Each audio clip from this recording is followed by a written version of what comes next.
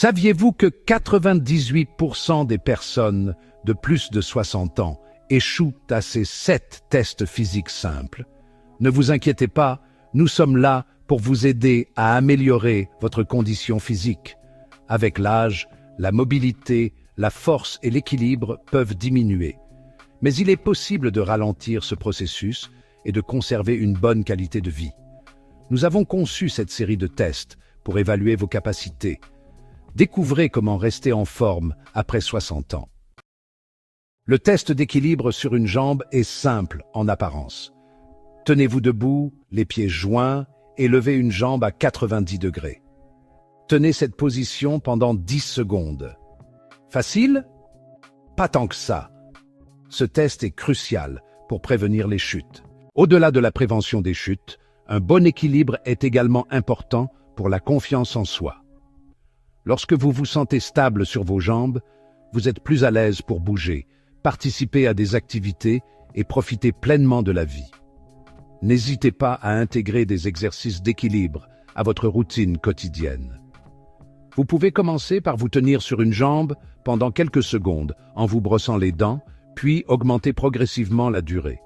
Vous pouvez également utiliser un coussin mou ou un tapis de yoga pour rendre l'exercice plus difficile. Le plus important est de pratiquer régulièrement et d'écouter votre corps. Si vous ressentez une douleur, arrêtez l'exercice et consultez un professionnel de santé. N'oubliez pas, un bon équilibre, c'est la clé d'une vie active et épanouissante, même après 60 ans. Passons maintenant au deuxième test, qui va mettre vos genoux à l'épreuve. Le test de flexion des genoux est un mouvement simple mais essentiel. Il sollicite de nombreux muscles et articulations. Tenez-vous debout, pieds écartés et fléchissez les genoux. Gardez le dos droit et les abdominaux contractés. Descendez jusqu'à ce que vos cuisses soient parallèles au sol. Si vous réussissez, vos genoux sont en bonne santé. Sinon, cela peut indiquer un manque de flexibilité ou de force. Si vous rencontrez des difficultés lors du test de flexion des genoux, ne vous inquiétez pas. Il existe des solutions pour améliorer votre mobilité et renforcer vos muscles. La pratique régulière d'exercices physiques adaptés est essentielle. Commencez par des étirements doux pour améliorer la flexibilité de vos genoux. Vous pouvez par exemple vous asseoir sur le sol, jambes tendues, et essayer de toucher vos orteils. Maintenez la position pendant quelques secondes en respirant profondément. En parallèle, il est important de renforcer les muscles qui entourent vos genoux, notamment les quadriceps et les ischio-jambiers. Des exercices comme la chaise contre le mur ou les fentes peuvent vous aider à renforcer ces muscles en douceur. N'oubliez pas de consulter un professionnel de santé si vous ressentez des douleurs persistantes ou si vous avez des antécédents de problèmes de genoux. Ils pourront vous proposer un programme d'exercice adapté à vos besoins et à votre condition physique. Ah, la force de préhension. On ne pense pas assez à elle, et pourtant, elle est essentielle dans notre vie quotidienne. Que ce soit pour ouvrir un bocal récalcitrant, serrer la main d'un ami ou encore porter ses courses, une bonne poigne est indispensable. Sachez-le, la force de préhension peut même donner une indication sur notre état de santé général. Des études ont montré une corrélation entre une faible force de préhension et un risque accru de maladies cardiovasculaires. Le dynamomètre à main, voilà l'instrument qui nous permet de mesurer cette fameuse force de préhension. Son utilisation est simple comme bonjour. Il suffit de serrer l'appareil le plus fort possible pendant quelques secondes. Le résultat s'affiche alors, nous indiquant ainsi notre force maximale. Bien sûr, cette force varie en fonction de l'âge, du sexe et de la condition physique de chacun. Pas de panique si votre force de préhension n'est pas celle d'un haltérophile. Il existe des exercices simples et efficaces pour l'améliorer.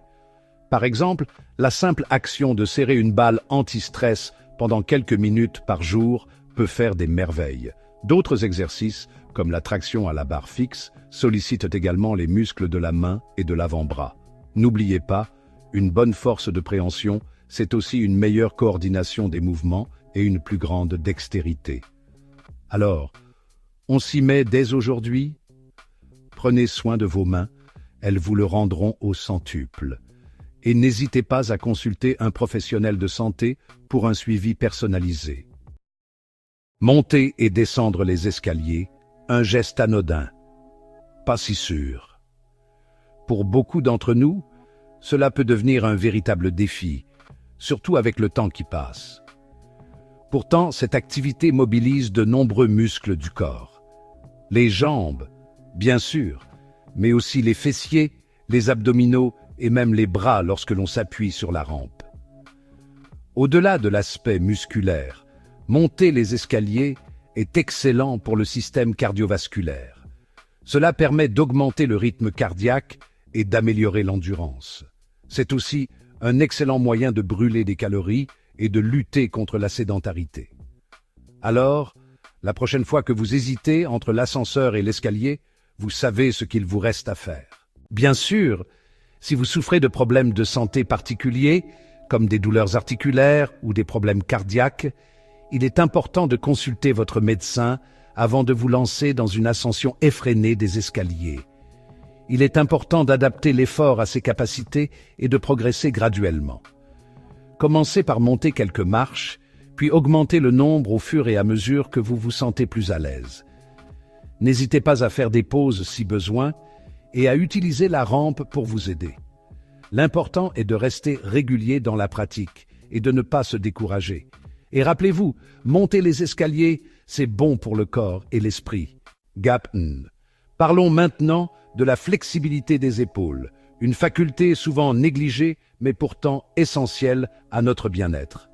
Avoir des épaules souples, c'est préserver son autonomie et sa capacité à réaliser des gestes du quotidien, comme se coiffer, s'habiller ou encore attraper un objet en hauteur. Mais ce n'est pas tout. La flexibilité des épaules joue également un rôle crucial dans la prévention des blessures. Des épaules raides et peu mobiles sont plus sujettes aux tensions musculaires, aux tendinites et aux douleurs chroniques. En maintenant une bonne souplesse, on limite les risques de se faire mal en effectuant des mouvements brusques ou inhabituels. Il existe un test simple pour évaluer la flexibilité de vos épaules. Essayez de toucher vos mains dans votre dos, l'une passant par le haut et l'autre par le bas. Si vous y parvenez sans difficulté, bravo. Vos épaules sont souples. Si, en revanche, vous ressentez une gêne ou une douleur, il est temps de s'y mettre et de travailler cette flexibilité. De nombreux exercices simples et efficaces peuvent vous aider à améliorer la souplesse de vos épaules. Rotation d'épaules, étirements latéraux, balancement des bras. Il existe une multitude d'options pour tous les niveaux et toutes les envies. N'hésitez pas à demander conseil à un professionnel de santé pour vous concocter un programme adapté à vos besoins. Et surtout, n'oubliez pas, la clé du succès, c'est la régularité. Pour le 6e test, nous allons nous intéresser à la force de votre tronc. La force du tronc est essentielle pour rester stable et agile. Imaginez votre tronc comme le mât d'un bateau. Un mât solide maintient le bateau stable. De même, un tronc fort vous garde stable. La force du tronc est essentielle. Il existe des exercices simples pour renforcer votre tronc. Pour réaliser ce test, allongez-vous sur le dos, les genoux fléchis et les pieds à plat sur le sol. Croisez vos bras sur votre poitrine. Maintenant, relevez lentement votre tête et vos épaules du sol, en contractant vos abdominaux, comme si vous vouliez toucher vos genoux avec votre front. Maintenez la position 1 seconde, puis redescendez lentement. L'objectif est de réussir à faire ce mouvement 10 fois de suite. Si vous avez du mal à décoller du sol, ne vous découragez pas. Commencez par faire quelques répétitions et augmentez progressivement le nombre au fur et à mesure que vous gagnez en force. N'oubliez pas de respirer profondément pendant l'exercice et de ne pas forcer sur votre cou. Si vous souffrez de douleurs dorsales, il est important de consulter votre médecin avant de réaliser cet exercice. Il pourra vous conseiller sur la meilleure façon de le pratiquer en fonction de votre condition physique. Attachez vos ceintures, On passe à la vitesse supérieure avec le 7e et dernier test, le test de la marche rapide. Vous allez me dire, marchez vite, quoi de plus banal? Eh bien, détrompez-vous. La vitesse à laquelle vous marchez peut en dire long sur votre état de santé général. En effet, la marche rapide sollicite votre cœur, vos poumons et vos muscles. C'est un excellent indicateur de votre condition physique globale et de votre endurance. Des études ont montré qu'une vitesse de marche lente est associée à un risque accru de maladies cardiaques, de diabète et même de mortalité prématurée.